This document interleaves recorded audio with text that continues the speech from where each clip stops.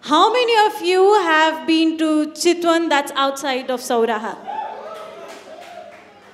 Okay, why? Okay.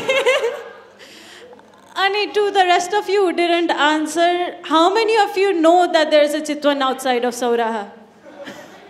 Okay, the reason that I ask this is,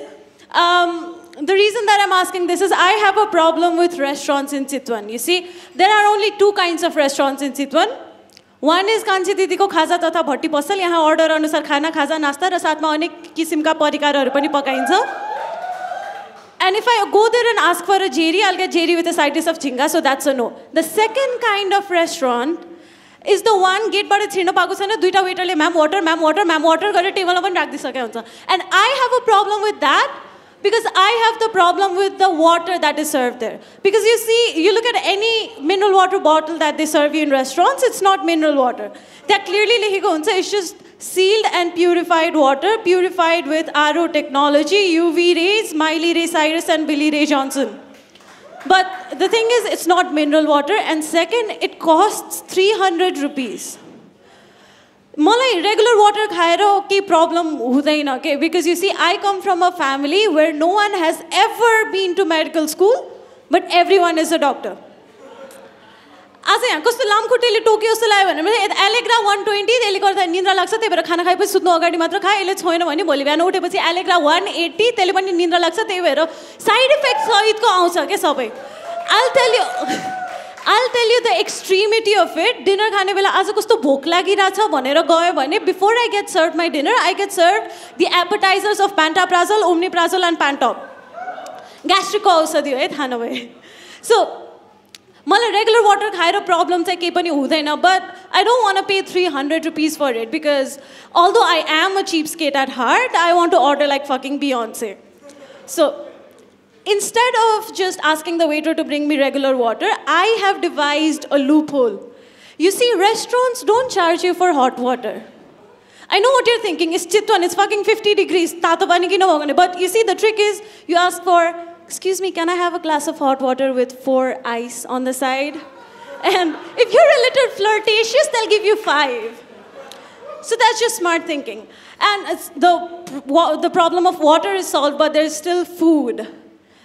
And there are these fancy restaurants that look like they have come out of Gordon Ramsay's womb, if it was possible, because if you ask for a salad, they'll give it to you in a leaf of cabbage. If you ask for a steak, you get that served on a chopping board. Do I look like a Viking? I mean, what's the problem? Where are all the plates? Khoi plate. Bondama khansa kasale khane kura? That's not even the problem. The main problem is they don't understand the portion of food that an average-sized human being needs to consume in order to survive. The food that the waiter brings you looks like chef le khana pakaera chokhe faleko plate se ल्याइदा जस्तो लाग्छ के. It's so little. You have to be very smart in picking out restaurants. It's not about the expenses. I don't mind the expensive. Sabeko utikai expensive huncha, but the thing is, you have to figure out which restaurant serves you adequate amount of food. So for that, you need to look at the menu. You don't look at the dishes, so you don't look at the price. What you look for is the typos in the menu. If you find typing mistakes in the menu, then you just know that they're just trying to be fancy, but the restaurant is Nepali at heart. So, you see, the last time I was in Chitwan, I was in this restaurant called Anusha's. And Anusha's served chicken wages. WAGES, wages. And that really confused me. Like, am I supposed to pay 400 rupees to the chicken and hire it as manual labor for a day? Or the chicken will pay me 400 rupees to not order the chicken. That's some vegan propaganda right there. But that's not even the worst. That's not even the worst typo that I've encountered. The one that I've encountered recently in Pulsok was, for momo, you could have chicken momo, buff momo, and veg momo. I had to run out of there saying, sir, I'm not that kind of customer. And that was the worst one that I found out right until I found its counterpart. There's a restaurant in Goiridhara where for soft drinks you can have Fanta or Sprite or Coke. And I was there with a girlfriend of mine, and when she saw the Coke, she just lost it. She was just laughing on me. Waiter aaya so ma'am, what can I get you? And she's like, dai, black Coke, black Coke.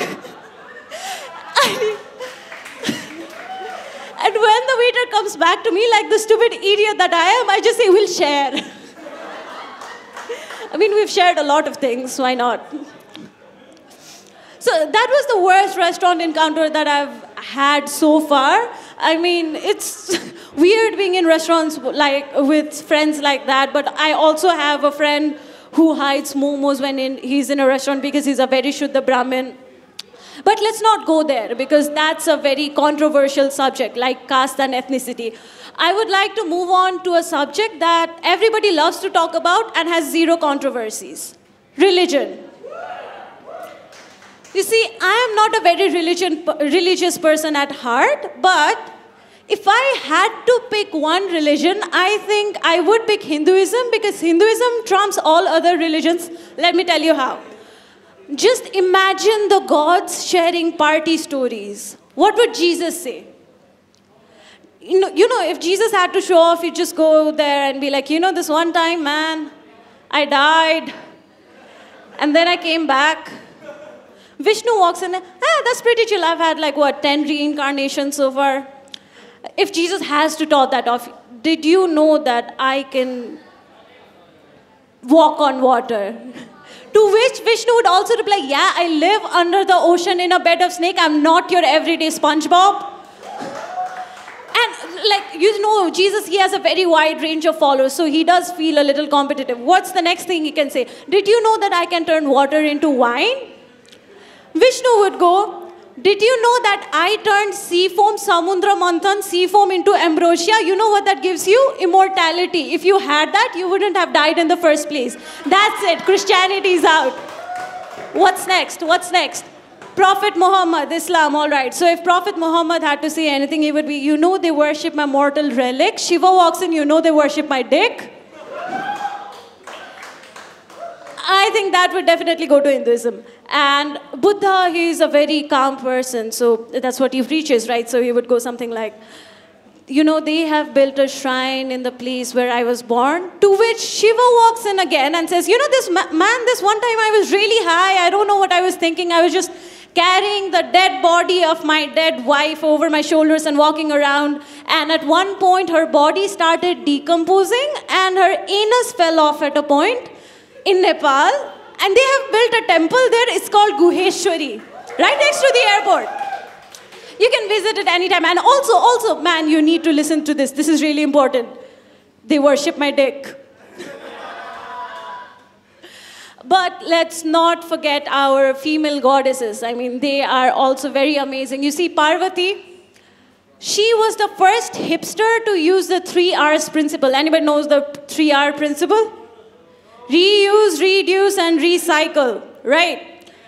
I mean, they worship her husband's dick for some reason, but she had to create a child out of absolute filth. You see, the reason I talk about these 3 R's is that I am in the social sector, I am in the developmental sector, and I strongly believe in SDGs, Sustainable Development Goals, and Viagra. The reason Viagra is in the mix is because if you have to build something, sustain it. It's not very hard. Pun intended.